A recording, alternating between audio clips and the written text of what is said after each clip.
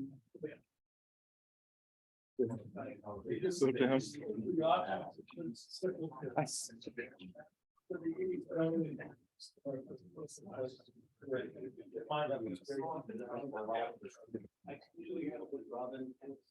yeah. Yeah, grab some swag, lion caps. This is a date thing, so if you want to find out what 21 days from today, you can flip it around. You have this online now. Here, and then we also got some cookies. That's the whole cards. Okay. Got some cookies and windmills.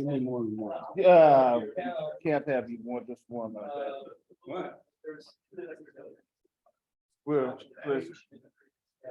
Here's the napkin. Some gun. Oh, let me get you some more. Don't eat it. Throw it away. Get some swag. I got them from the Hydrogen Expo, the electric school bus thing. E-Lion is the electric school bus manufacturer. Got some cookies. Come on.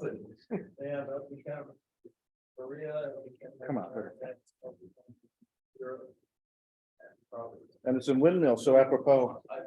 All right. Good evening, everyone.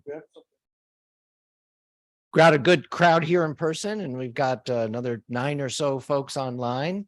So welcome to the Houston chapter of the Electric Vehicle Association. It's always great to see folks here, and hope to have a lot of fun with a couple of speakers and then a demonstration tonight. First, I'll make a couple of comments here. So happy Houston Day. Today is 7/13, so 7/13. So folks that remember the old Houston area code that covered all of the Houston area, that was 7/13. Yeah, Fred remembers. So 2023. So welcome to everyone. And so we've got a couple of slides here of just upcoming events that I'd like to talk about to start with. If I can get it to go to the next slide here. All right. So something that's occurred in the past, I believe that they're at number 30 this time, is the Solar Car Challenge. So typically it's a lot of university students, and they'll be starting in Texas this time and heading out to California. You can see that on the map there in the lower left. And as they say, this challenge has motivated students in science, engineering, and alternative energy awareness. And so it's great. So anybody who can catch any information of that will be starting up on the 16th and ends on the 23rd. And then also coming up here very quickly this Saturday, the 15th.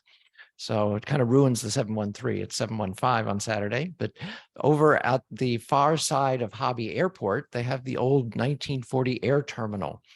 And I've become a member of that museum, and they have a really wonderful executive director, Maggie, over there.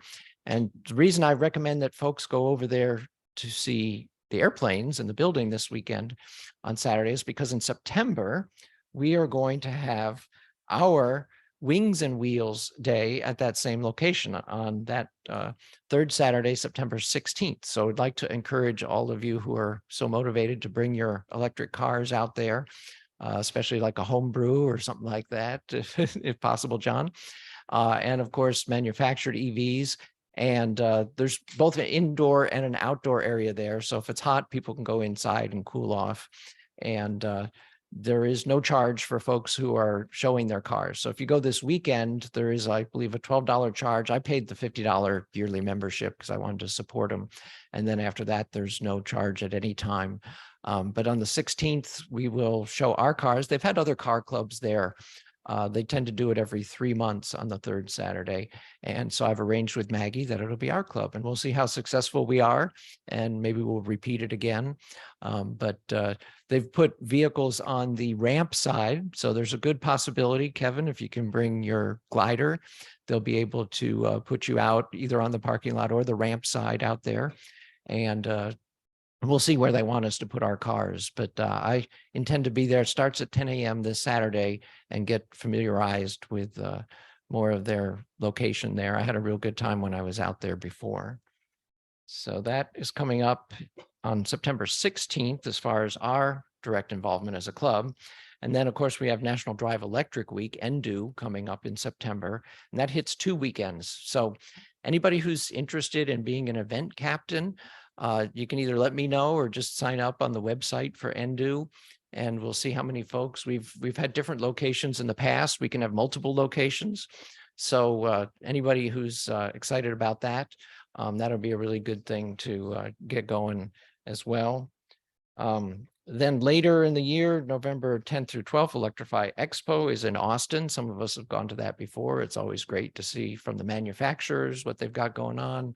They often have test rides of e-bikes and things like that going on. And in fact, Kevin, I just mentioned about your glider, he has offered for any of our members who would like to go with him for a ride. That sounds really fun to be able to go with him. Yeah, Robert's gonna get going there with Kevin in the glider. And so that'll be a lot of fun as well. And so, of course, we always encourage everybody to join the Electric Vehicle Association. There's chapters all across the US and Canada. There used to be some in Europe, but they've kind of formed their own. Okay, so for folks in the room, you can come up to the piece of paper in the stand up here and make use of the VR code.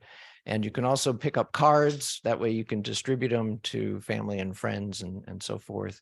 And of course, if you want to get a lot of information just for yourself, you can go to the EVA website, find out about other chapters. I've visited with chapters in different places. I just met up with the Wisconsin chapter president when I was up in Wisconsin in June. And so I had a nice chat with him. And so, yeah, lots happening all across the country and across the world. And so Robert's going to go up and visit some of our friends in Canada soon that we've talked with some of them. So that's good. Okay, so I think I can stop sharing. If I may.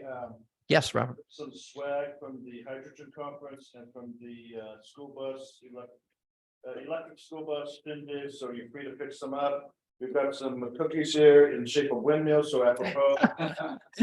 So feel free to get things if you want. And so for folks online, you're going to miss out. This is just for folks in the room, so I encourage more people to come. Robert's brought some goodies that he's willing to share with folks. Some edible and some not. And sign-in sheets up here, Robert. And so, yeah, that's a great thing. We appreciate that. So, all right. So our speaker who's online, Kalyani, are you hearing my voice? Yes. Hello there. There you are. Very good. All right. So Colin's working his magic. And you have some slides that you'd like to share? Yes. Okay, perfect. Should I get started? Ready, Colin? Yeah, if you could do your sharing. Okay. You can see my screen? yes. Yeah. All right. Good. Yeah. Go ahead, please. Yeah. Okay. All right. My name is Kalyani Narahari. Thanks so much for the opportunity, Colin and the team. It's an honor to be part of this association. I have been a member for a few months now, but I haven't had a chance to attend one. So this is great. You will see me more in these meetings from now on. So I'm here to talk about the EV data startup. It is yet to be named. Would love any name suggestions from you guys after you go through I go through the presentation. So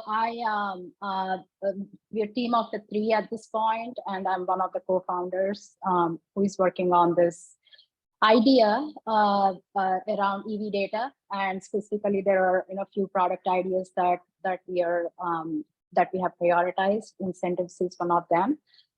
So I have a few slides here that I want to go through, but I'll also just quickly introduce myself, a short background, and then I'll move on to the slides.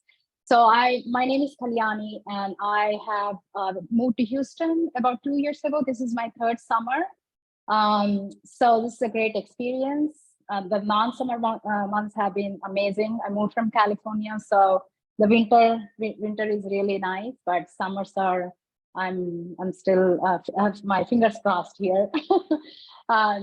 but I lived in Santa Monica for for a long time, and that's where I really got my most of my career started there. My last work experience at the professional experience has been with TrueCar. It is a car buying online site. You could go check out TrueCar.com if you want to buy, sell, trade cars all over the country. So last 3 months ago, I quit my job and I wanted to pursue this passion of having a startup around EV data and see how it goes. So so this is my month 3 with this startup, with this journey. It's been extremely interesting, and so I quit my job on April 1. March 31st was my last day, and on April 18th, I think, is when the IRA guidelines took into effect. So that was really a nice, kind of a nice addition to my to the idea list, and so it's been going really well. Now the first few slides, I kind of want to just go through few broad brushstrokes on EV industry. I'm sure most of you already have seen this or heard about this somewhere. It's all publicly available data. I'll go through some of the numbers and some of the that will just kind of give some of the themes that we are seeing in the industry, and then I will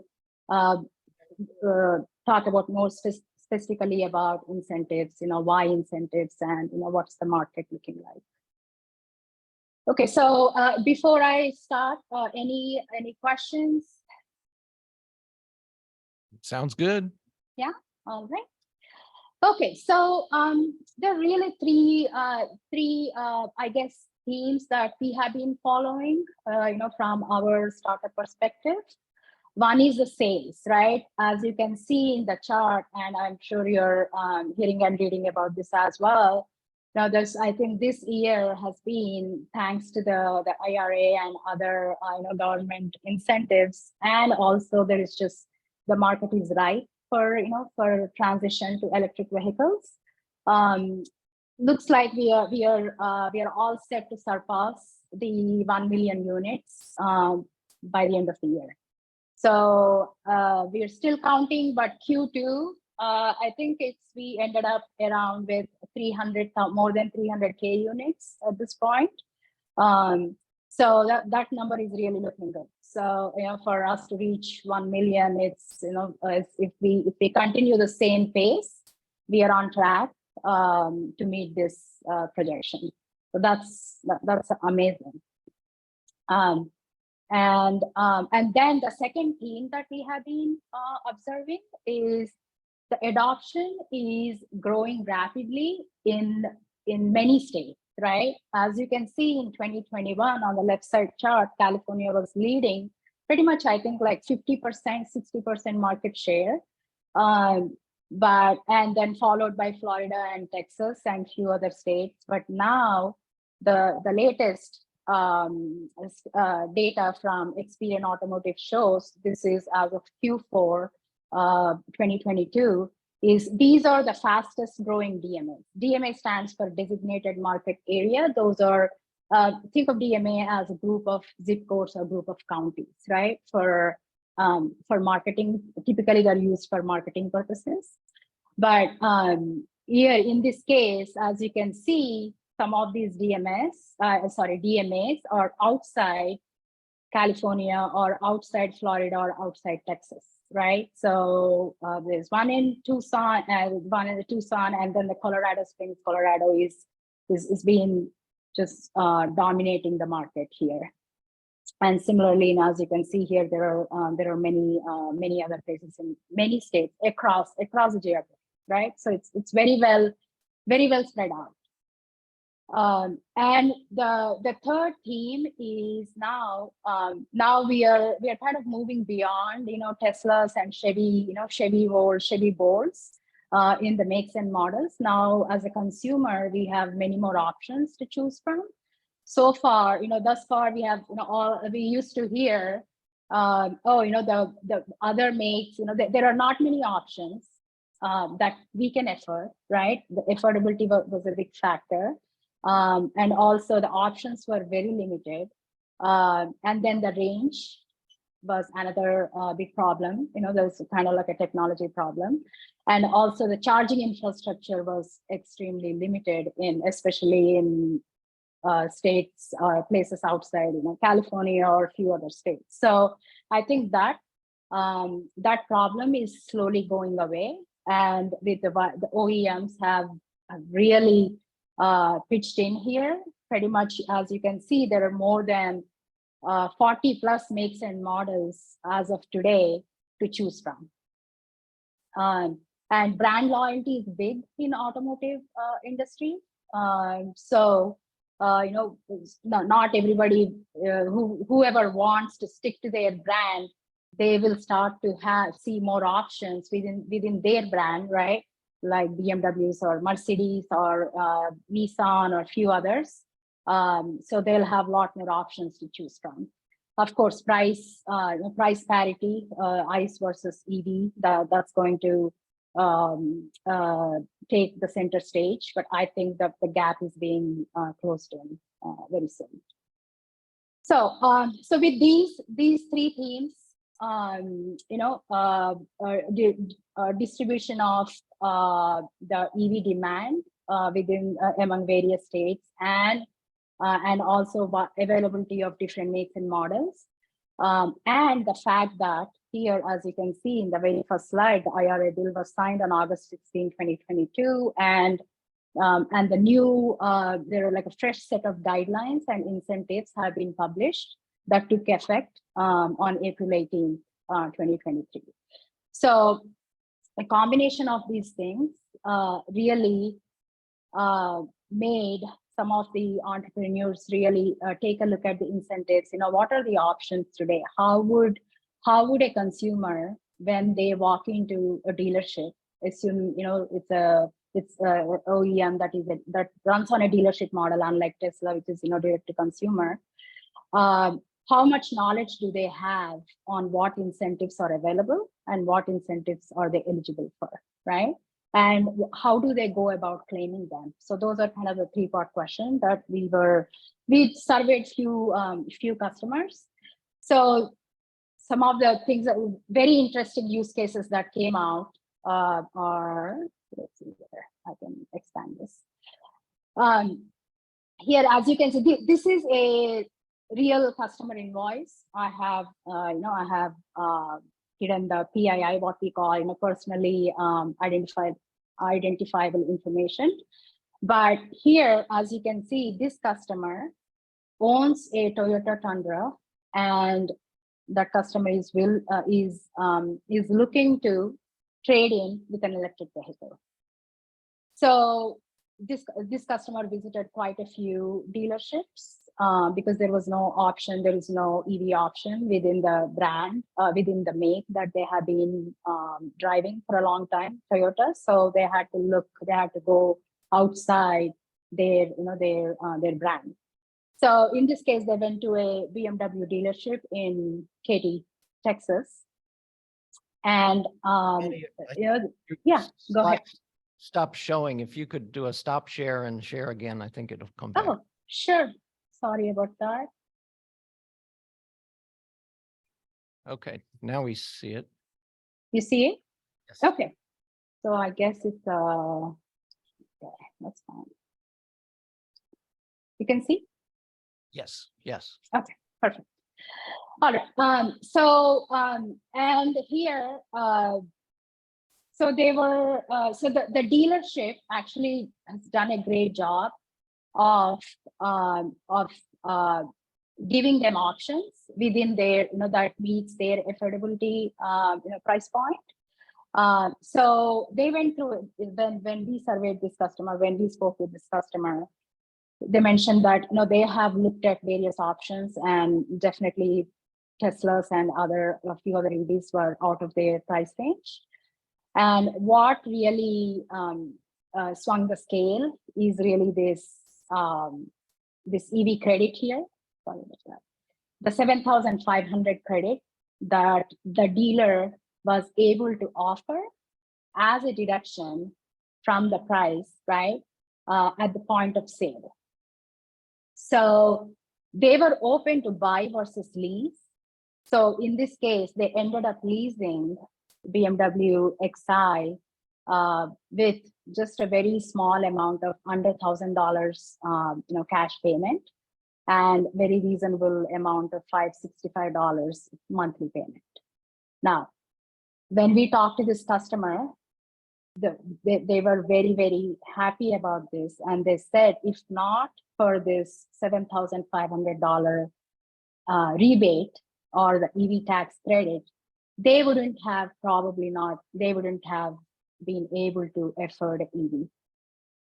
So which is very interesting to me, because I all along, when I've been following incentives on the EV industry for a while, and my understanding was always, it's actually, it's great because it reduces, it offers a price advantage, right, to the consumer. But however, it's not just the price point, but it's also helping them decide between buy versus lease. So it's actually a big needle mover in terms of whether to buy, lease, or trade in, or keep the existing ICE car and then buy a brand new or release a brand new vehicle. So so this customer went through all the options, and dealer was very, very helpful in walking through these several scenarios and kind of modeling them.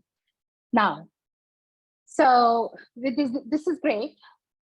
Now the next question that we were trying to kind of answer is, imagine a franchise dealership, right?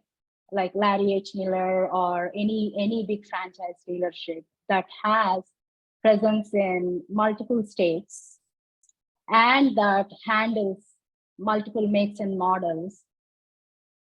Now, how are the dealerships going to handhold this EV transaction? It's not just putting out a number there of 7,500, right? Because not every vehicle, not every EV qualifies for the full amount. Some of them qualifies for only half the credit. Some of them don't qualify at all. So what is, and you add in addition to the federal, you also add in the state incentives. Texas doesn't have many, but I will walk through some of the prototypes that we have generated, and you can very clearly see that states are being very aggressive. They're trying to be on par with the federal incentives program.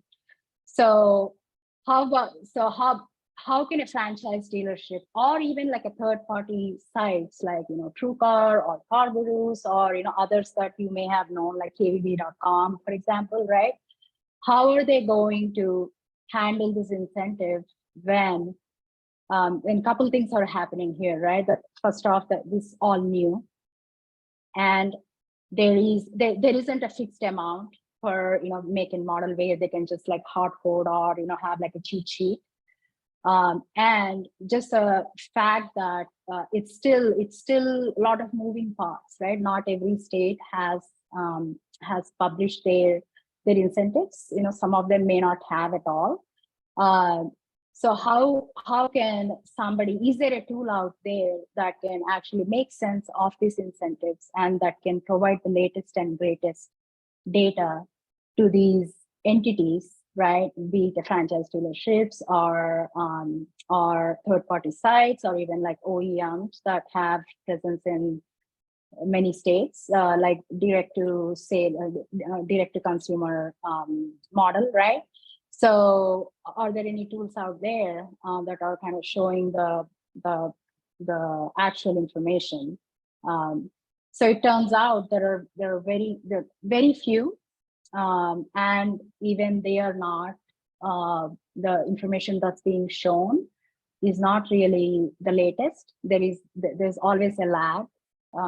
However, it's not just the lag in the information, but also like they're missing out on a lot of utility incentives, right? A lot of charging incentives, as you can see, as you will see in the next few slides. So that kind of just sparked this idea in our heads. Maybe we should, this seems like a very big needle mover in an EV sale. So why not focus on this? As although our footprint is much larger beyond incentives, it goes to total cost of ownership, which is again very unique to electric vehicle, which is very different from an ICE vehicle, and also the customer lifetime value, which is like the ultimate metric to understand, what customers can we serve the best, right? So with that backdrop, we set out to develop we are not there yet fully, but we are in the process of building the prototype. That's where we are, and we hope to bring this out to the market in a small way, like in a pilot. We'll be in pilot phase for a while, and then we'll do proof of concept with few of these entities, and then we can we'll fine tune it. We're taking a very incremental approach, learn by the mistakes, and and adapt to the changes. That's kind of the way how we are looking at this. So the next two slides are bring it down.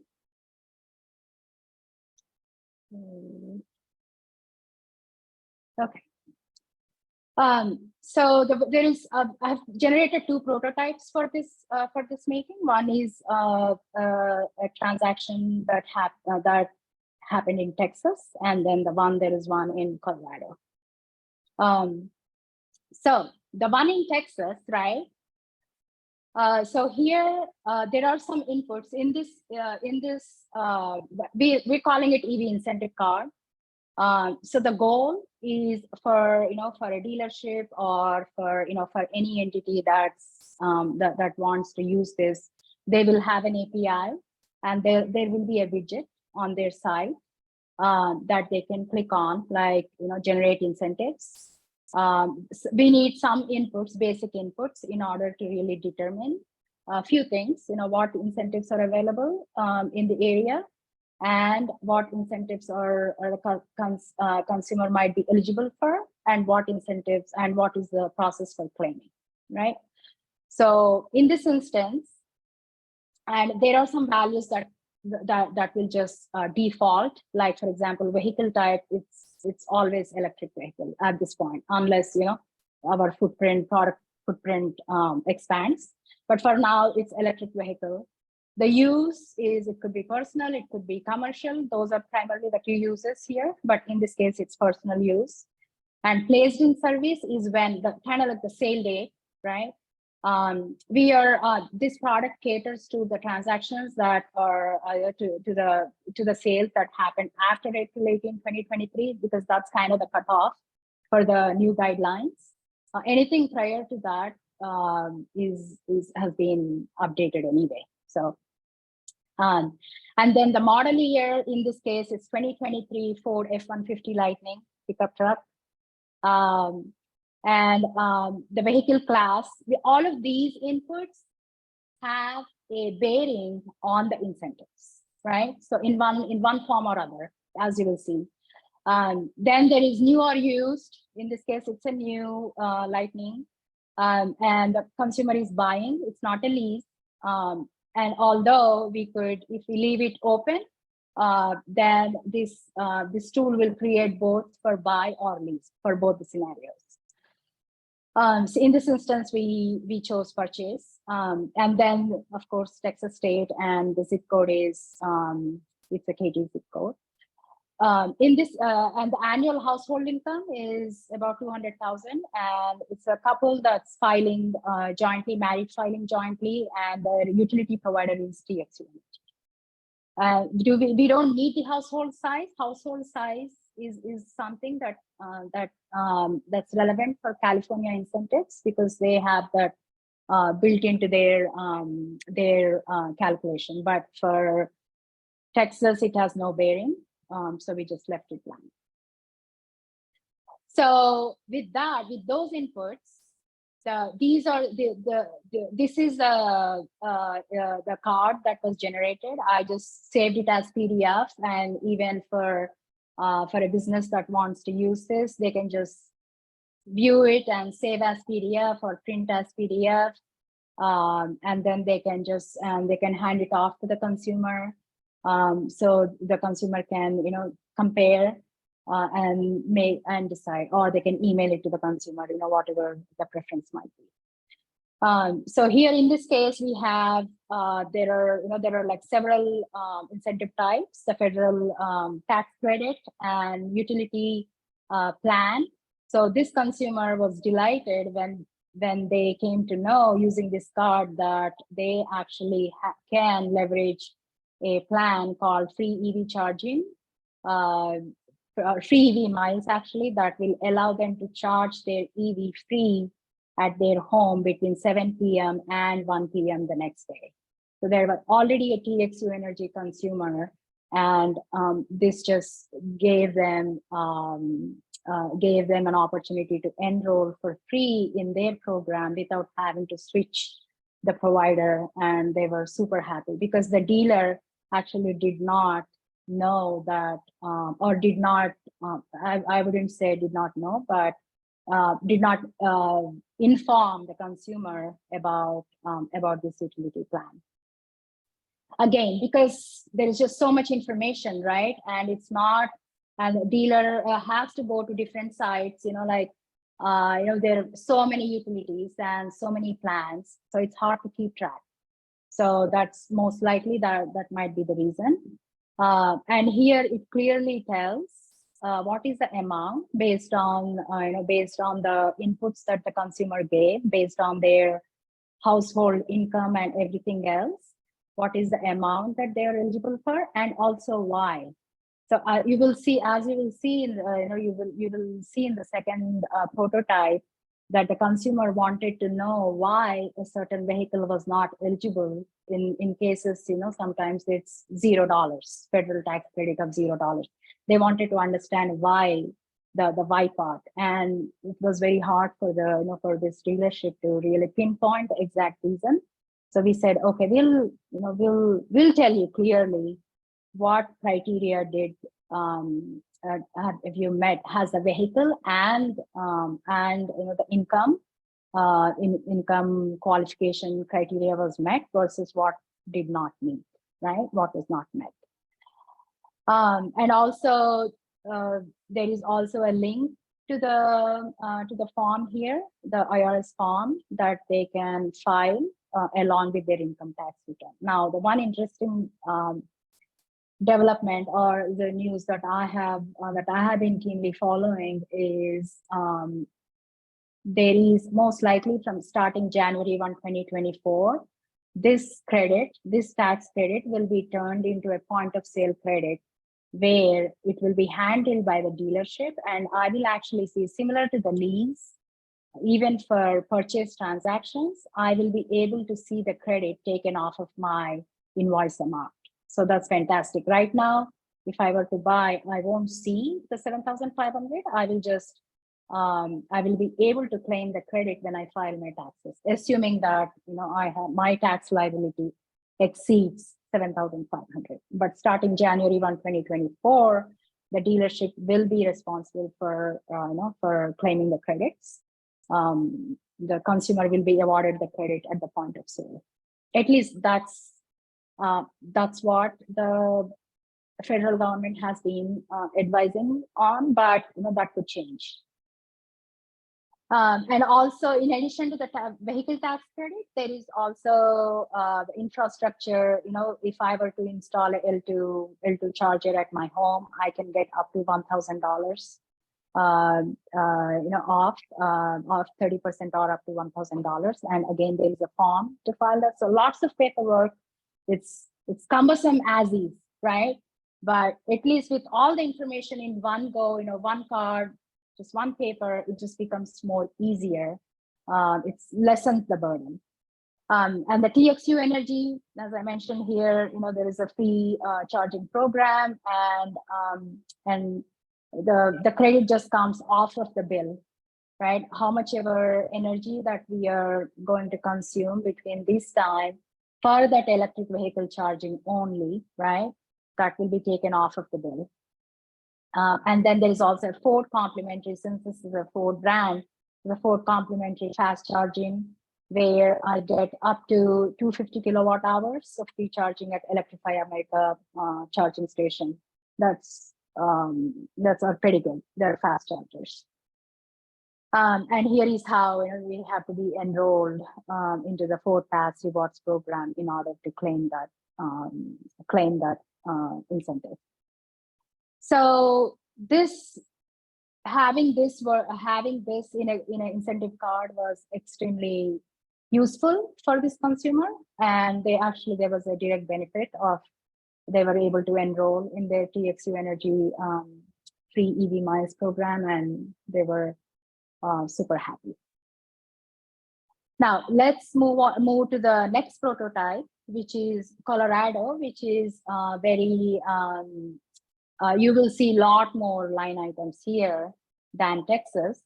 So in this instance, the consumer is purchasing a Ford Mustang Mach-E. The zip code is 80014 in Colorado Springs, and is a single buyer, single taxpayer with about 100K household income.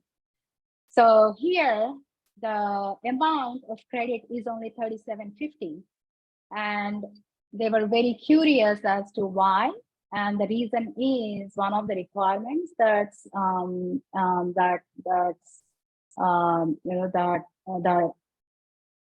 of the battery requirements, right, was not met for Mach-E component sourcing. So hence, Ford was able to procure only 50% of 7,500, which is $37.50. So it was very, very informative to know why, or sometimes this could be zero, right? If somebody were to buy a BMW iX, this is going to be zero because of the assembly requirement or the critical minerals and battery components requirements are not met. And then we also have, this vehicle also qualifies for the L2 charger, qualified residential fueling equipment as the previous one, as the Lightning. Then the Colorado state offers tons of incentives, right? So they $5,000. So they almost match federal tax incentive. And a lot of the tools that, not a lot, I mean, there are quite a few, just very few tools available in the market right now for incentive finder. But even then, they were not updated with the latest information. They were still showing like 2,500, but this was recently updated on July 1. So we have been tracking, what tools really offer the latest and greatest info. And here is the form that needs to be filed with the income tax return when they file the Colorado state tax. Then the Excel Energy, because we did not specify a utility provider, we got more than the consumer was able to see multiple, pretty much all the rebates, although this list is still grown since we created this card. There are like few more utilities that have offering different kinds of rebates.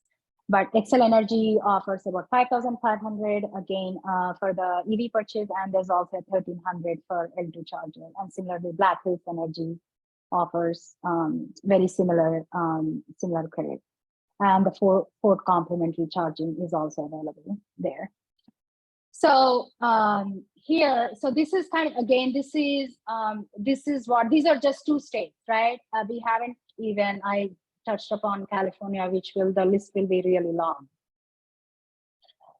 So based on what we have seen so far, the need, there is no question of the market need for this tool.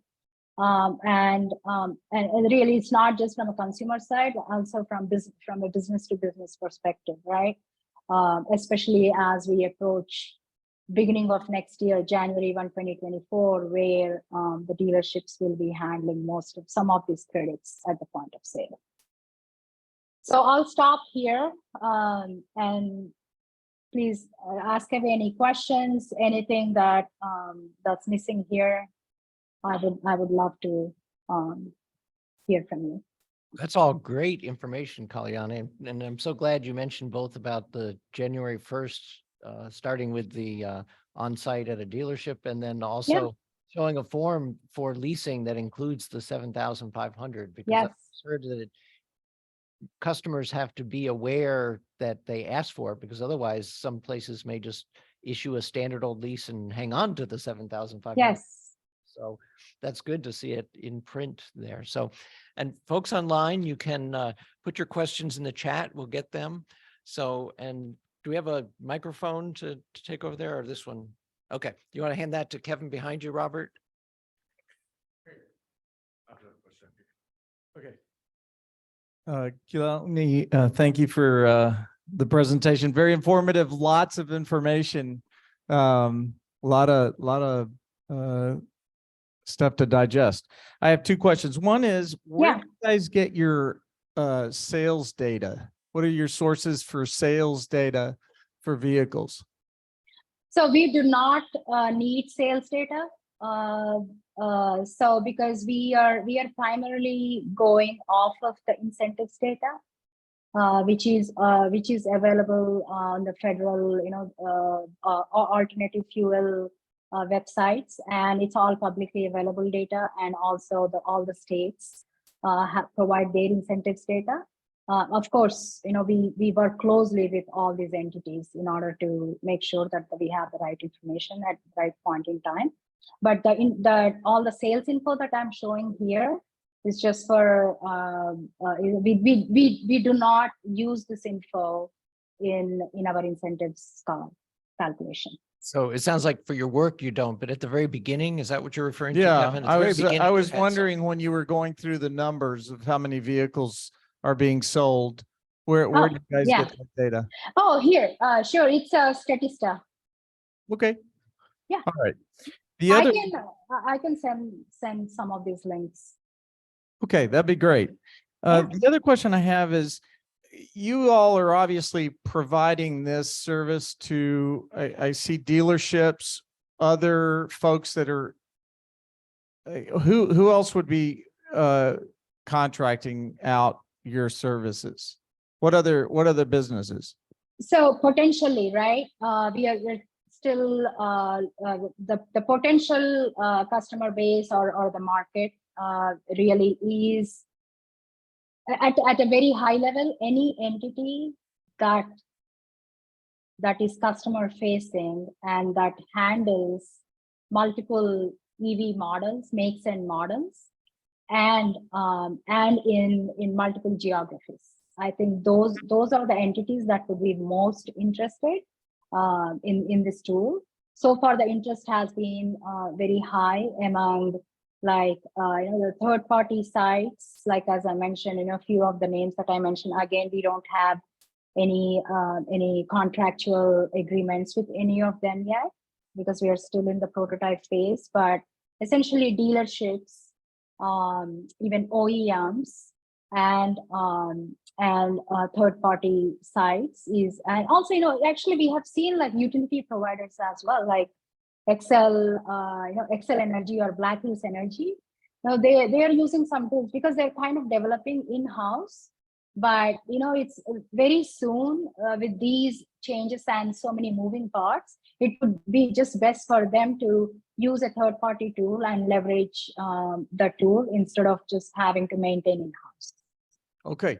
And my last question, can I get one more question? Yes. All right. My last question is, let's say that I go to a dealership and I buy an EV from a dealership that doesn't get all this great information. Yep. And have you guys thought about maybe having some kind of a product that would be available to the public so that they can see this kind of information? And instead of just giving it to the dealers and giving them the hands up, would the consumer maybe be able to access this? You actually asked me the most asked question so far. Is it can this be consumer facing app or widget or whatever we call it? So far, I think our at least our focus has been on the B2B side, because I think we are able to reach the market reach is very high when it is a B2B tool versus like a B2C. So that's kind of the thought process. Like, let's say, a franchise dealership will have like for example, TrueCar.com, right, has about 1 million visitors a day, right, out of which maybe 10% shop for EV.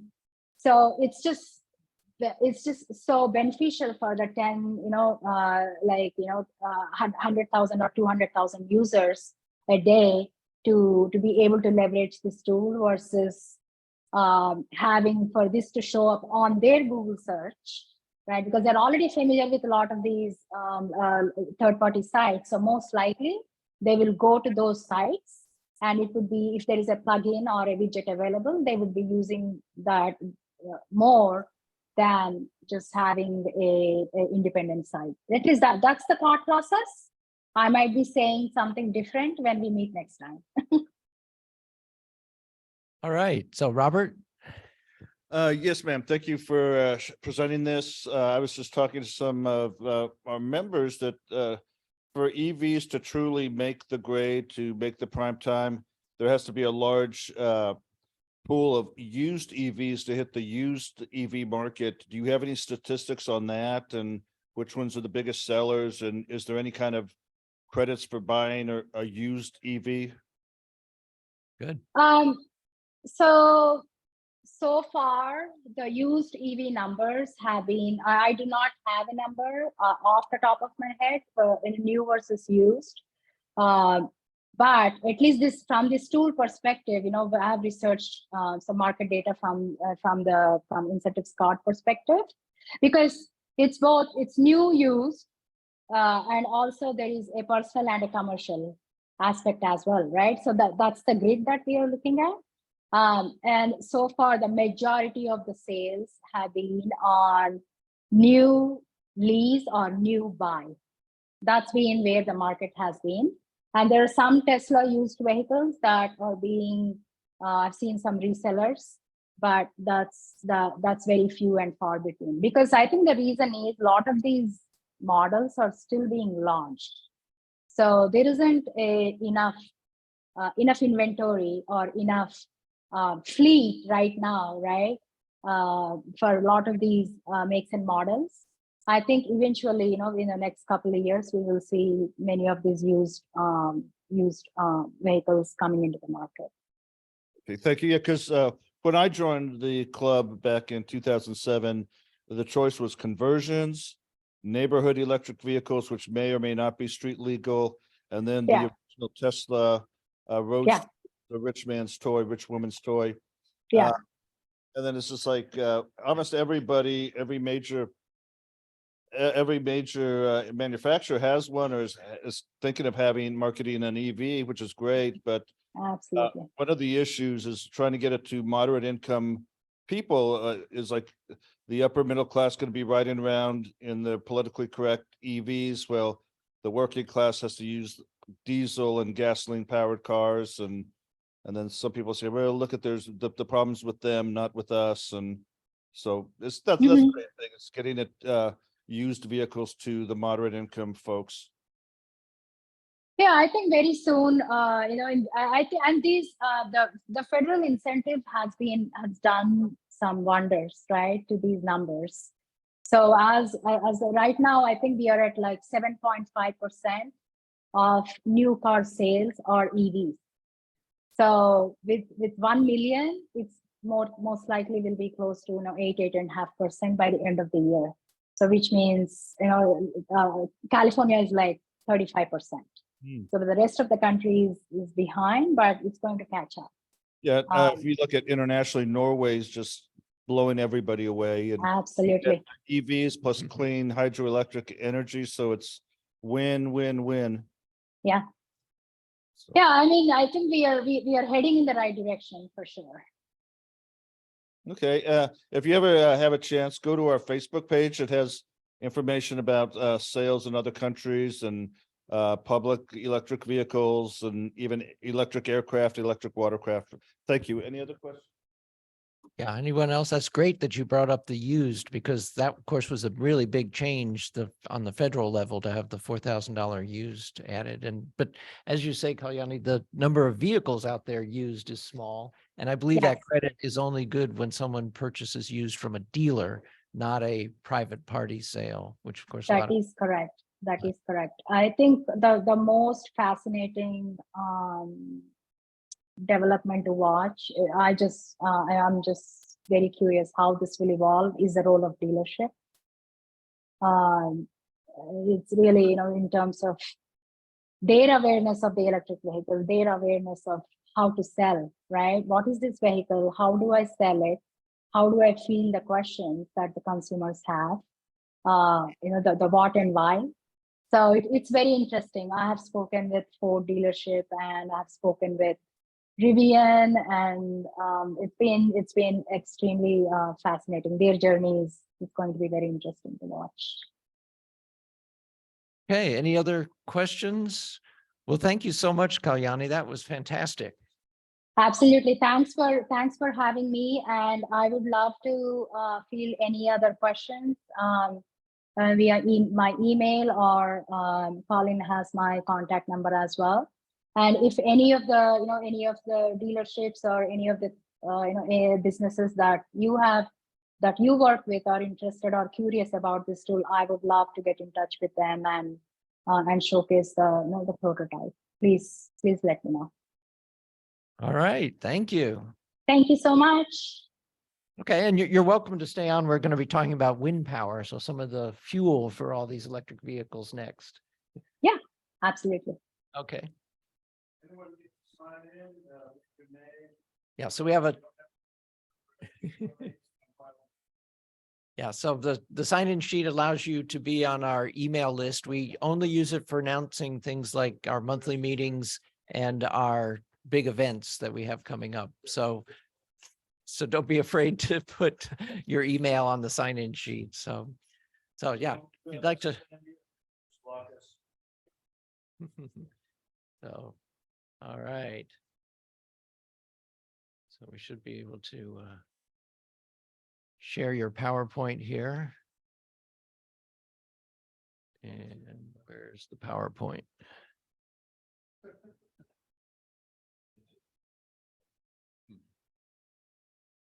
Oh, here it is.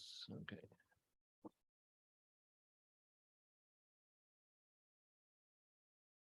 All right. It's always nice to see a wind turbine like that with the green trees behind, and of course it's up on a tower up above the treetops. So I always mention to people, yeah, you got to get up into the sky to get good wind resource. Can we go to that? We should be able to do slideshow. Yeah. Yeah. Mhm. Yes. Yes. So, right. We have. So Colin, is it something that we need to adjust to get his screen to match our room screen?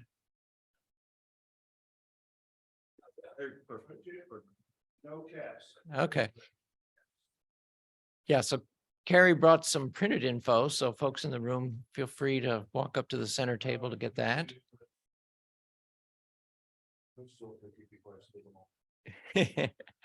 Yeah, cookies in the room, but you have to be in the room. Okay. So if you'd like to be with the mic, be over there, I can hand you this. I could stand here. Either way. Just that way the folks online. Okay. All right. Are we ready? Yes.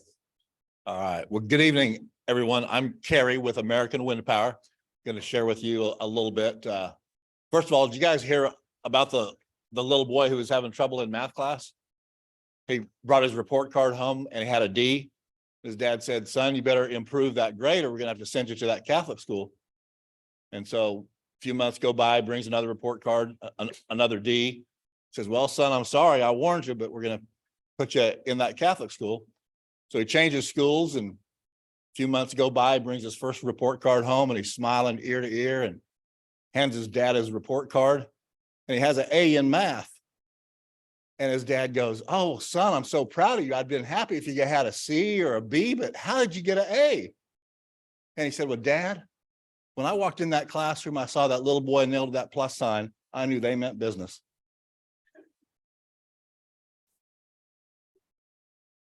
Okay, so again, we'll get started here. Obviously, wind, we don't have as much wind in the Houston area as we do. We do work in about 8 or 9 states, a lot in Kansas, Nebraska, Iowa, but it's a technology that has really come a long way the past 40 years. Nice saying, it's been said that we're not inheriting the earth from our fathers, but we're borrowing it from our children. There's an installation we just completed for 3 wind turbines for a manufacturing facility in Pittsburgh, Kansas.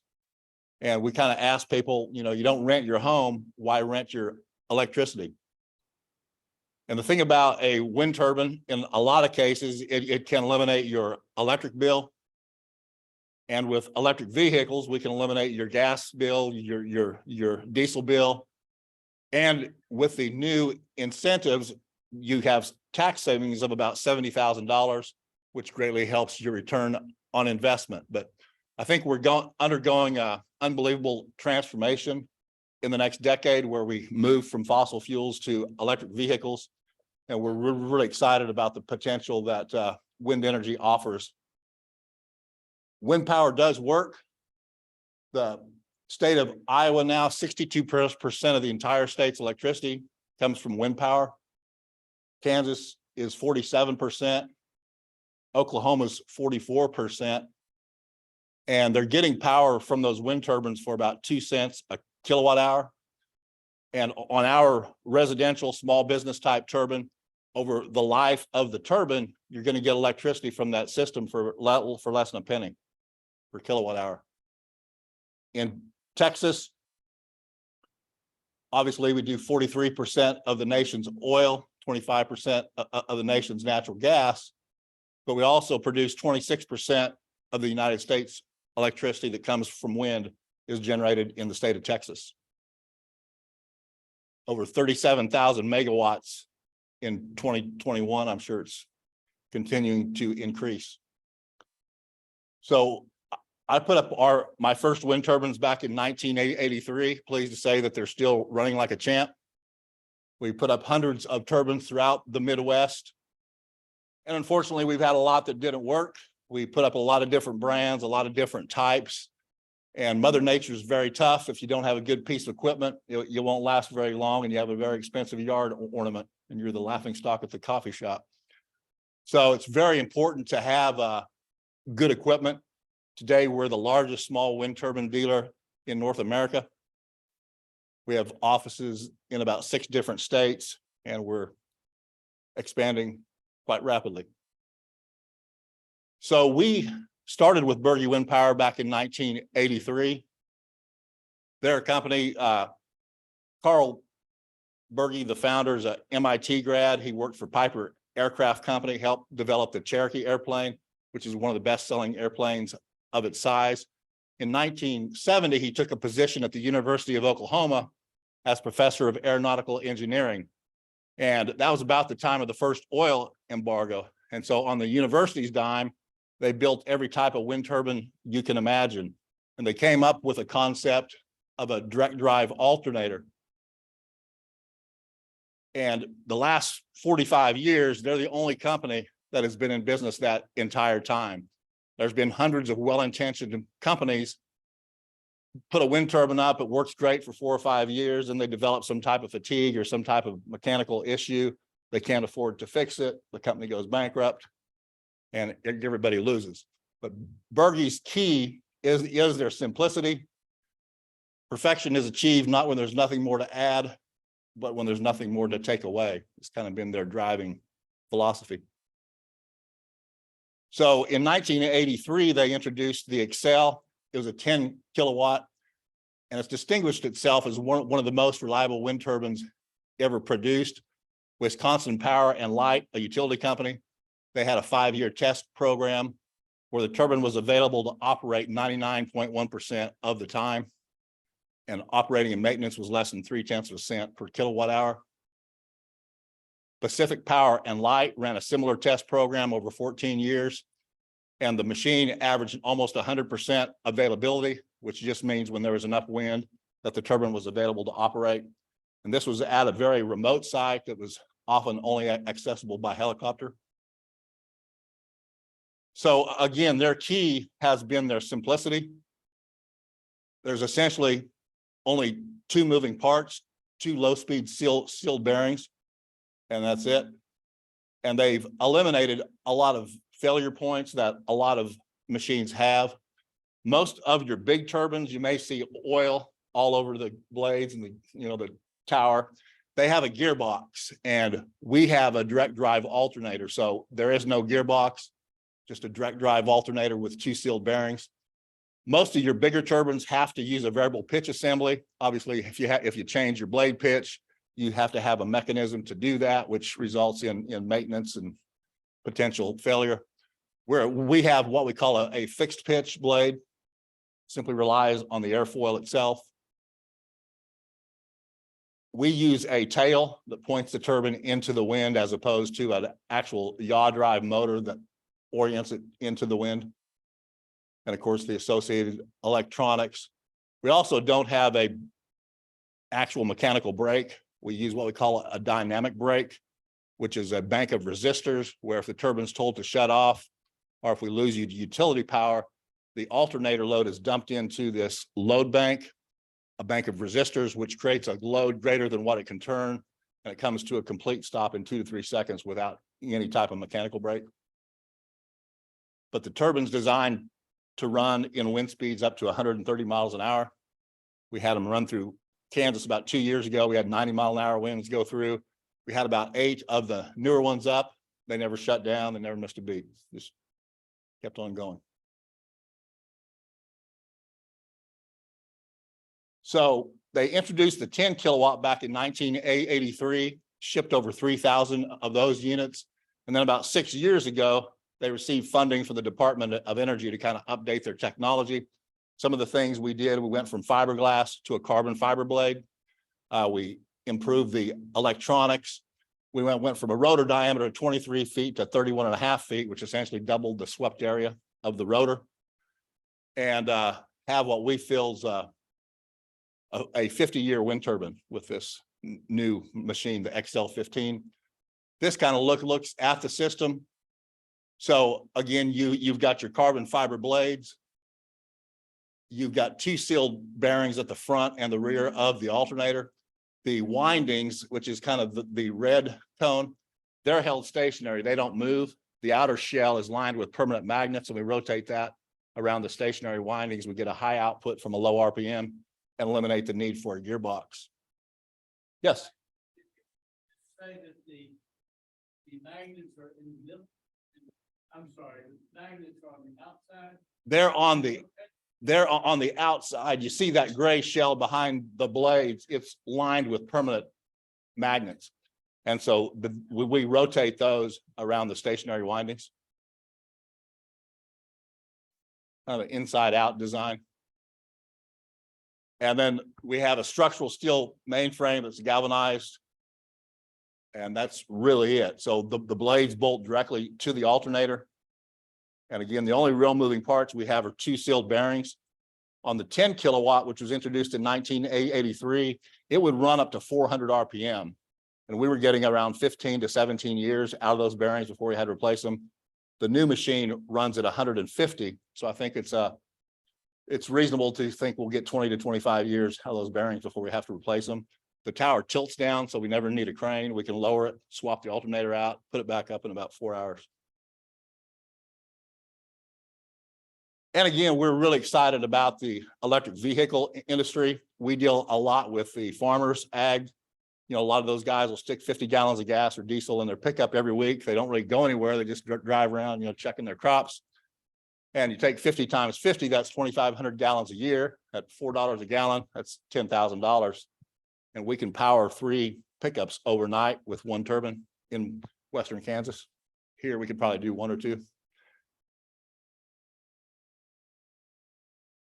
So this just kind of goes through that scenario I just discussed. Somebody using 50 gallons a week of gas or diesel. Their savings can be around $10,000 a year. If you use 30 gallons a week, that could be around $6,000 a year. So I think as the electric vehicle industry matures and we see more and more vehicles, wind energy is going to could play a really important role. And of course, the thing that's nice are the incentives. The first one is the federal tax credit. And for a business, we not only have a 30% solar or energy tax credit, but since we're manufactured in Norman, Oklahoma, we also qualify for an additional 10% domestic content credit. So you get a total of 40%. That's a dollar for dollar credit against any federal income taxes you owe. You can actually go back 1 year, recapture taxes, and carry it forward for up to 20 years until you use that tax credit up.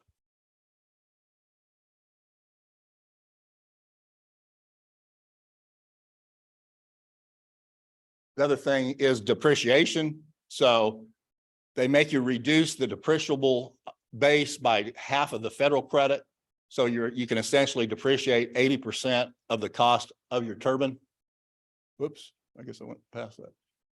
And then thirdly, USDA for a business, for either a small business or an ag producer, they offer what they call a REAP program, which stands for Rural Energy for America program. It's been around about 20 years, but they just funded it an additional $2 billion this year. And we actually write the grant for you. We haven't had one turned down for years, but once the turbine is installed, they'll direct deposit 50% of the cost into your bank account. The next deadline for this is September 30th. This is for small businesses or farms. It's not for residential.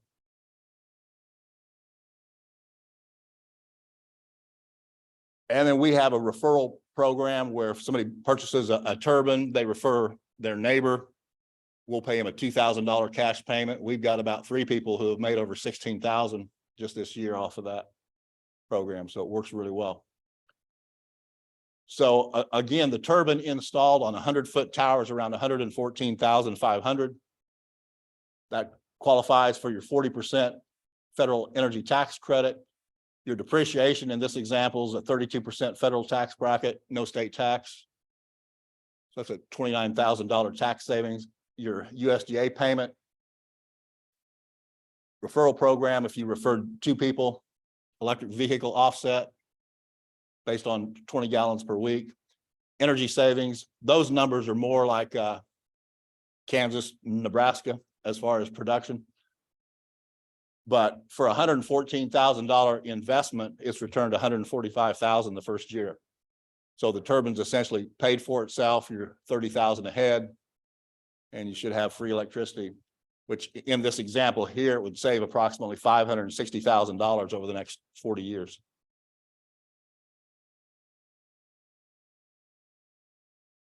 And this just kind of a cash flow which we prepare for our customers. And it just kind of shows the incentives that are available. The life cycle cost of electricity is down to about 1/10 of a cent. And about 130% return on investment the first year. S&P 500 last 20 years has averaged about 7% a year return. Bonds and mutual funds about 4 to 5%. Property can return 10 to 12%. CDs obviously don't pay much at all.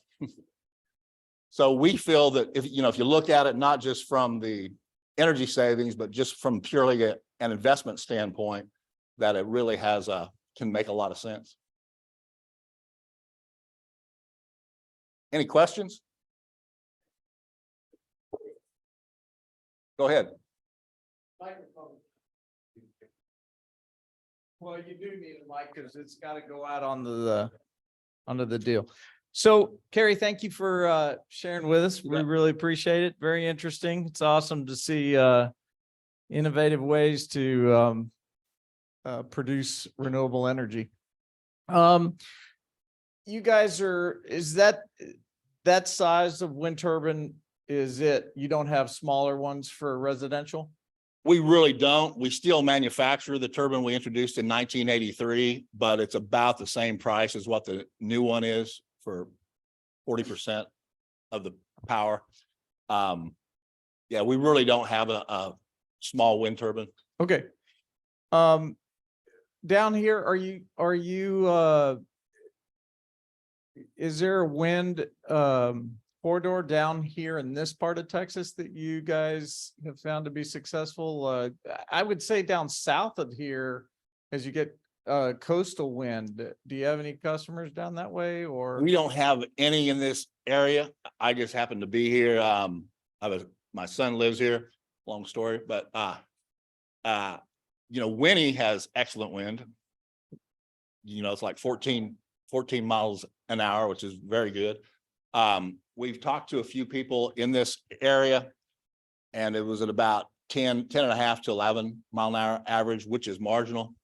So it kind of comes down to, again, one of the keys, and I think a lot of you may be more residential, but if you have a small business, something like that, then, you know, basically the wind turbine's free, you know, with the available incentives. So if you've got, in this area, it would probably produce about $200 a month worth of electricity, where in Kansas, it's more like 400. Do you know if there are restrictions? There probably are, city and Yeah, neighborhood restrictions. it for varies towers? a lot. Again, if we're dealing primarily with a business client, then, you know, if they're zoned industrial, it's usually not too restrictive. But if it was residential, it would probably be prohibited. Okay.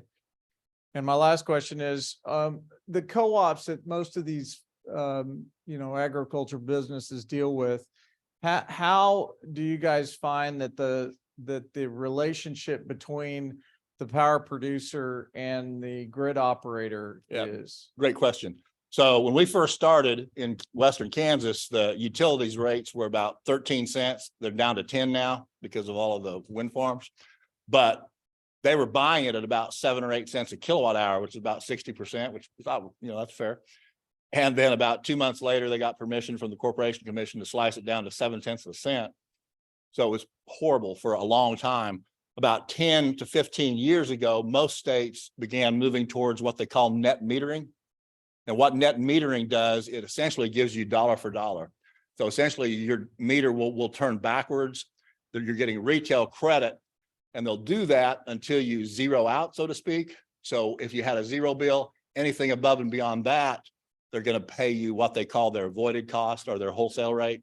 And that gets down in the, you know, 3-4 cents range. But it's really good because if you're using 400 a month, the turbine produces 400 a month, you basically have a zero bill. Okay, very good. And Jim Tucker online is asking, what is the hurricane resiliency? Hurricane resilience, head for the hills. No. Or tornadoes for Kansas. Well, you know, I've never had one actually hit by a tornado. We have had some severe, you know, wind events that could have been a tornado. The warranty covers the turbines for winds up to 130 miles an hour. You know, an act of God, like a direct hit from a tornado or a hurricane, you know, it's hard to say, you know, how it would fare, but yeah. Okay, and the other natural event I think of is lightning strikes. Yeah, lightning is something we've learned a lot from the cell tower industry. So we learned a lot about what lightning likes and doesn't like. So we think we do a very good job of grounding. It's not near the issue that it was 30 or 40 years ago. The electronics have come a long ways in terms of surge protection and things like that. Obviously, you can still have damage from that. Typically, it's covered on your farm policy or your business policy or homeowner's policy. So, but yeah, it obviously can happen, but we think we've taken some really good measures to protect the systems. Oh, first of all, thank you for coming and taking the time and You bet. effort. My question, we're Houston Vehicle Association. We're all about EVs, but we're also about clean EVs, like, because some of the accusations came, well, you're really not clean because it's attached to a coal plant or a natural gas plant. So that's true and false. The grid's getting greener and greener, and thanks to your company, it's getting more so. Have you thought about maybe working with maybe getting electric vehicles or some kind of electric vehicle association to team up with this, get it out to the rural areas and the hinterlands? Yeah, I mean, we think the potential for, partnerships like that is off the charts. Yeah, So, because yeah, gas stations are everywhere, electric charging stations, not so much. And I've always said, just put electric charging stations in a gas station and you have 3 lines of income, the chips and the beer and the Cokes, and then also the gasoline and the electric, but that's just me. no, we're excited to, partner with people like your organization. And we just see the future for electric vehicles and wind energy is just hand in hand. It's just, Yeah, just recently I mentioned at the beginning meeting the president of the Houston, Wisconsin chapter, and that state, I can imagine there's quite a few Yeah. agriculture areas that sure, would be absolutely. applicable. So, Absolutely. Keith? Okay. Couple quick questions for you. One, since you're obviously on the tax side and the lobbying and tax incentives, when is that wind credit extended through? Is it 2024 for what's going on? What's the current date? Okay, so last year was 26%, scheduled to go to 22% this year and then expire. The legislation passed, extended it for 10 years at 30%. And then again, we have the additional 10%, so it'd be 40% for 10 years. And that's the biggest thing is keeping some of these tax incentives in place for what's going on. The other one is obviously you lock this thing down through a resistor when you got to stop the blades with no braking to do that. If the one thing we're talking about EVs, okay, to charge EVs, the one thing you're kind of missing or to use an EV, if you get an EV plugged in, it's easy to store it. The problem, if you're spinning on a farm, you're generating power, you're going to feed it back to the grid. You have the ability to run island mode off. So if you lose utility, you can run in an island mode with the device for your off-grid system stuff to do that. Good question. So we've had a battery system for our 10 kilowatt machine for about 30 some years. We don't have it completed yet for the 15. As you guys know, there's some amazing things happening in the battery world. We're really excited about that. We'll have something available where you could go off grid, probably in the next 12 months. Okay, yeah, the off-grid as well as when you want to commercialize this with a gas station, it's like bringing your generating power, and in a gas station, it doesn't work because the car's not plugged in. Your fuel tank is your battery in the situation for even when it's on grid connected to use that, which is the other piece of where batteries work. Yeah, and there's some real exciting things happening. If you look at the utilities in the middle of the day for those peak hours, sometimes they don't have enough generating capacity themselves, so they have to go out on the open market and buy that power. And they're paying 34 to 40 cents a kilowatt hour during those peak hours. So one of the concepts we're exploring is taking with a battery system, we can store that, put it back on the grid from 3 to 7 at hopefully at a premium. Those are things that are, down the road, but there's just a lot of exciting things going on with battery technology. Yeah, it's good that you're looking at the things coming Oh, up absolutely. in the future. Yeah. Yeah. You touched on 2 things dear to my heart. So question, does changing the blades to carbon fiber make it mitigate lightning risk or make it worse? Don't know. We've had those running now for 3 to 4 years. I'm not aware of any lightning strikes, but I really don't know if it's better or worse, but we're super excited about the blade. The fiberglass blades worked well, but they would develop fatigue and occasionally develop cracks over the years. The carbon fiber blade, I really believe it's a 50-year blade. It's an amazing product. I mean, it's beautiful. The airfoil technology is off the charts, but. Pardon? Carbon fiber is Okay. you can use your blades for flow resistance. Okay. All right. Just one quick question. One thing I read a lot is the recycle of the blades. Okay. The history, that's a big problem. What do Well, you have here? Not as big a problem as you would think. for the small machines, it's kind of a non-issue. On the big blades now, about 2 years ago, a company in Missouri, and I assume there's others that have popped up since then, they've been recycling them, grinding them up, using them to build roads. So I never understood why they're sticking them in a landfill. That just seemed dumb, but I realize it's probably pretty toxic, but yeah, so there are companies now that are grinding them up and recycling them.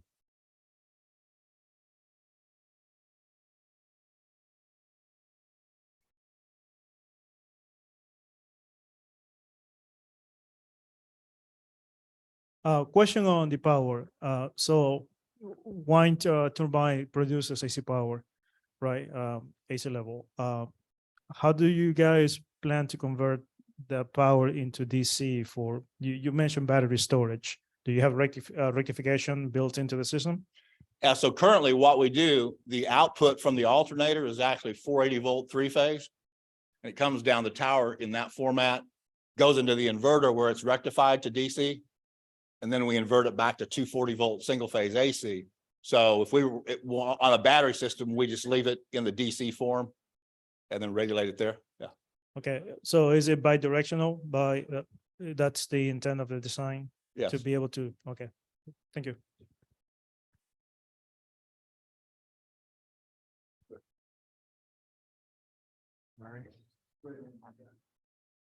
Have the Bitcoin farms started using this? Using what? This, the turbines, the cryptocurrency farms? Cryptocurrency. Oh. That kind of farm. Oh, that kind of- Cryptocurrency. okay, Yeah. yeah. Nothing with anything green or it says move, but cryptocurrency farms. Yeah. That's over my pay grade. Watch out for this. Yeah. Okay. Yeah, I can imagine that nowadays the people who are getting into crypto need a lot more power. I mean, you hear that, half of the state of New York or something like that is Yeah. making crypto, and they're complaining because that's keeping the coal power plants burning There you go, coal and yeah. things like that. So yeah. Yeah. One more question is, I travel around Texas quite a lot, and I see a lot of signs against the wind turbines. Are you facing with this one, which are smaller than the other ones, are you facing the same problem? Kill birds. Well, I guess my theory would be some people don't like anything. Yeah. I mean, I'm not crazy about a pump jack going up and down, but we've been living with them for 80 years. So it's, some people, I think they're just mad because it's on their neighbor's land and not theirs. But Yeah. I don't know. I mean, some people, I think they're sexy, but I'm probably a minority there. Okay, he just answered my questions. Actually, cats kill more birds than yours. your Over product. 1 billion birds are killed every year flying kitty. into windows. Yeah, my question, a few months ago, we had somebody from Native Renewables that they work out in the Four Corners area of New Mexico, Arizona. And then before that, we had somebody from Grid Alternatives, which helps marginalized communities go green. Do you have anything plans to go out into the Southwest or something, or New Mexico, Arizona, Colorado, Utah, or are you just primarily Midwest? Oh, right now, primarily just the Midwest. Mhm. There are some new incentives for tribal lands and for casinos and tribes that, Yeah, where it's a direct cash payment rather than a credit. great, yeah. So there's just a lot of incentives available for a great. lot of different markets. And my last question, you've heard of hybrid systems where it's solar and wind. I went to a wind thing about 2 before COVID, 2 years before COVID. And they said there was wind and solar should not be adversaries. They should work together. Some areas are better for wind, some for solars. In the places that are marginal for both, you split the difference. You have wind when the wind blows, you have solar when the sun shines, so they complement each other. Have you thought of adding solar to your systems? We haven't, but we're totally open to it. It's just we're so busy now that we, go ahead. A year? How many a year is the question? I think their goal is to kick out about 200 and hopefully double that every year. you know. We're behind right now. We're out to about February of next year for delivery. We're having a heck of a time with microchips. So Well, right now, I think we can make about 20 a month. 20 a month. Okay. Yeah, and it's amazing if you ever go through Norman, Oklahoma, stop in Bergey Windpower and they'll give you a tour. Everything's built right there. The mainframe, the steel, the blades, electronics. All right. It's really Oklahoma. quite a process. Okay, good. More questions. Last comment, Watford, south of AC, has a big, has around 30 big wind turbines. And that's not far from here. Yeah, I'm not totally familiar, but obviously if they put them up, then they know they've got a good wind resource there. Just a couple of questions. You utilize electronics to invert the power to 60 cycle 3-phase. And is it strictly 3-phase or? Well, actually, the inverter output is 240 volt single phase. The alternator itself is producing 3-phase, but once we bring it through the inversion process, it comes out 240 volt single phase. Okay. And the size of Bergey, number of employees, is it a privately owned or is it publicly traded? Thank you. Privately owned, about 30 employees. Oh, that's a small number of folks. They're all working hard then. Yeah. They are. This is more a statement than a question, but you've heard of like, I forget the name of it. It's where you can charge your house into your car. Yeah, I think it's vehicle to grid. Thank you. And so it's like, you could be carrying literally a power plant wherever you go. And then, and this is great to have these farmers have another source of income, sell the electricity back to the grid and not just be energy consumers and energy producers. Thank you. Okay. I noticed Mike Zutek that you signed on online. Mike has always done a lot with wind. Well, is that the Mike Zuchek who used to design blades for ESI? Yes, exactly. I was just going to say, so I know Sandy Butterfield really well. okay. So I just want to let Mike know that he doesn't have to be shy if he should happen to want to talk, but yes, I exactly. think I talked to him years ago, but it's been a while. Yeah, and I've encouraged him to come in person, and he says he's constantly busy with the cases dealing with design of blades and things like that. And here he's done research on vehicles, trying to get the wind resistance of I electric saw vehicles that down. name and I was curious, so because I thought he was in the Houston area. So. Yep, exactly. Yeah. He and his wife Pam are doing a lot all the time. So I don't know if you can hear me, but this is Mike Zutek. Yes, I have been listening to the presentation along with my wife Pamela. And the part of the wind world I work in, of course, is the giant turbines, right? 300-foot tall towers, 150 meter diameter rotors, that kind of thing. It's a quite a different world. I know Mike Bergey. I don't know, is he still active at Wind? Very active. We talk almost every day. Yeah, he's Carl passed away about 3 years ago. You designed the Intertech 44 blade 40 years ago, right? That is correct. And the ESI 54 and the ESI 80 and the Westinghouse 600 and a whole bunch of others. Yeah, tell Mike we said hi. I will, absolutely. Very Yeah, good.